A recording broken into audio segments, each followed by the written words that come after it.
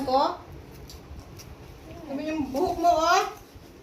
Paligo ka na. Paligo ka mo na to, Sai. Ang buro ka. Dapat hindi nagpapahaba ng buhok eh, kasi hindi marunong mag-ayos. Pakalbo ko na uwi. Pakalbo ka na. Mamaya akong kalbo yan. Hindi na ako pasok sa school. Mama!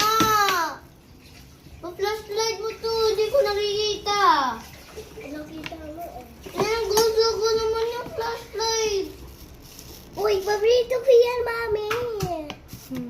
Na meron na kulay yellow. Silog na yung Sai. Walang panungkit eh. Hindi pwede may palungkit daw, pero malungkit mo naman kung ano ka. Di ba ko sobrang maliliit pa yun? Malilim ka, pero tingnan mo yung nilagtat ng ibon, madilaw na. Tingnan mo.